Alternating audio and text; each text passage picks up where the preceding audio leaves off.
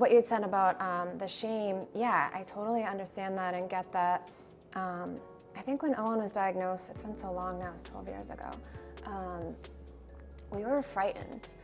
And 12 years ago, it wasn't really talked about as much as it is now. No. And we were kind of like, what?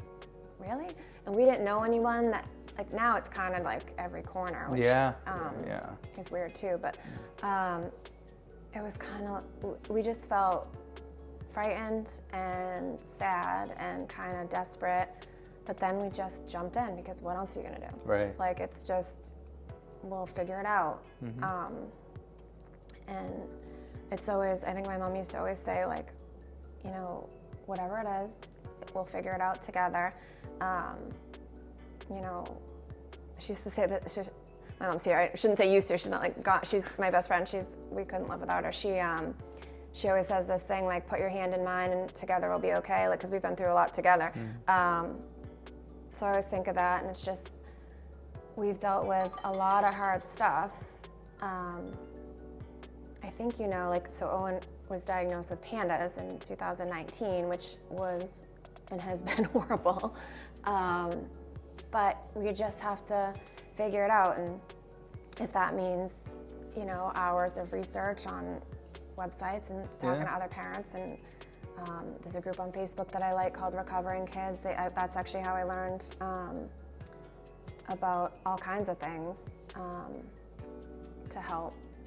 Because nobody like doctors I mean, I worked in medicine too. Like I was a radiation therapist at Dana-Farber. Like we only can learn so much, but do I know what it's like to have cancer? No, I can treat you. Well, I probably can't anymore. I can spell cancer now. It's been so long, my brain doesn't know how to do that anymore, but I used to. But like, there's no one that's gonna give you better advice or information than a parent that's going through this. Right. Like, you know, doctors try, they read books, they learn from, some of them have their own families going through stuff, and you know, through patience and experience. I'm not saying they don't know things, they do. But like when you have a parent like in the trenches trying to save their child, you know, Owen at times, we weren't sure if he needed like a straitjacket or an exorcism, or he was not himself. Like he was a boy with autism that was a stranger. Like he was, I used to call it like his dark passenger or something from Dexter, like a strange passenger or something. I forget what I used to say, but he was a kid with special needs that became something that was possessed. Like he would become this, like that's, so doctors would be like, it's autism, it's autism, it's autism. I'm like, no, yes, he has that, but this is something else. And so we really fought for that. And I was not nice to many people. I'm like, no, I'm telling you. And it took 4 years to get that diagnosis. And finally we did. And that he just finished 4 years of IVIG every 10 weeks. What is IVIG? So that is intravenous immunoglobulins. So it comes from, God, I think like 12,000 donors or something. Okay. For each. It's very clean. It's a hard treatment. So it's really to reset, like get rid of his immune system and give him a different, his technical diagnosis is autoimmune encephalitis.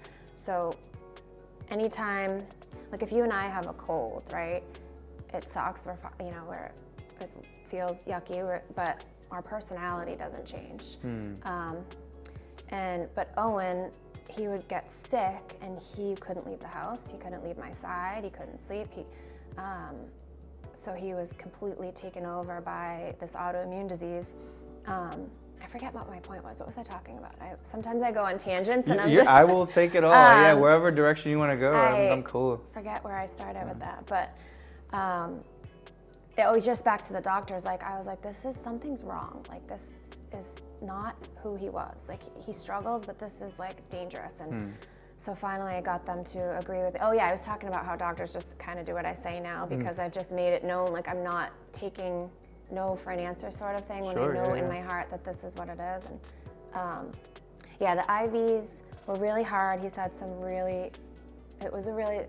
I can't even remember a lot of it. I think my body sort of repressed it. It was so traumatic a lot of the times, but he did it, and he's a lot better for it. But that was a mainstream medicine that actually our naturopath didn't want us to do. But I just had to make a decision, like, you know, this is what his doctor is saying will help, and I just had to sort of go against my own natural thing. So it's kind of like hypocritical of my own self, but sometimes you just need that the big guns, I guess. But it helped him. He struggles with so much, but, and it's hard to watch your son be attached to a needle for 2 days in a row and, not be able to do anything. And I feel like we lost so much of his childhood. I mean, he's 14 now, and so much of his childhood was just hell.